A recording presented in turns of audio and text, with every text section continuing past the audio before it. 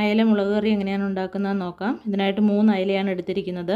കഴുകി വൃത്തിയാക്കിയ ശേഷം ചെറുതായിട്ട് മുറിച്ചെടുത്തിട്ടുണ്ട്. അയലയുടെ തലയോടി എടുത്തിട്ടുണ്ട്. ഇത് ഇഷ്ടമില്ലാത്തവർക്ക് ഒഴിവാക്കാവുന്നതാണ്. ഇതിലേക്ക് ചേർക്കാനായിട്ട് എരിവുള്ള 2 പച്ചമുളകും ഇഞ്ചിയും വെളുത്തുള്ളിയും കുഞ്ഞുള്ളിയും ആവശ്യത്തിന് കറിവേപ്പിലയും എടുത്തിട്ടുണ്ട്. വെളിച്ചെണ്ണ നന്നായി ചൂടായിട്ടുണ്ട്. തീ കുറച്ച് വെച്ച ശേഷം ഇതിലേക്ക് നമ്മൾ അരിഞ്ഞു വെച്ചിരിക്കുന്ന എല്ലാം കൂടി ഇട്ട് ചൂടാക്കിയെടുക്കാം.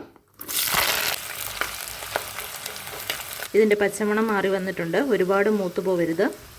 ഇതിലേക്ക് ആവശ്യത്തിന് തോട്ടുപുളിയും കൂടി ഇട്ട് ഒന്ന് വഴറ്റിയെടുക്കാം. ഇനി ഇതിലേക്ക് ആവശ്യമായ പൊടികൾ ഇട്ട് കൊടുക്കാം.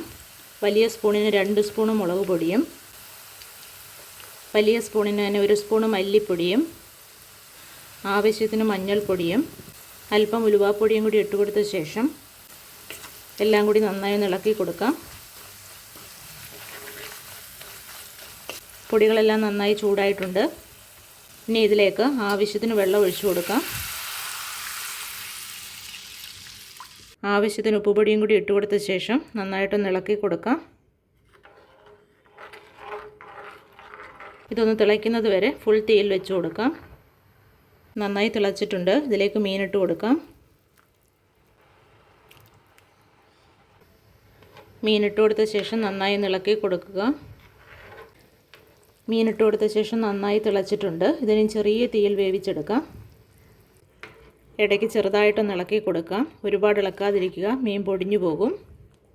കറിയിൽ എണ്ണയൊക്കെ തെളിഞ്ഞു വന്നിട്ടുണ്ട്. മീൻകറി റെഡി ആയിട്ടുണ്ട്. തീ ഓഫ് ചെയ്യാം.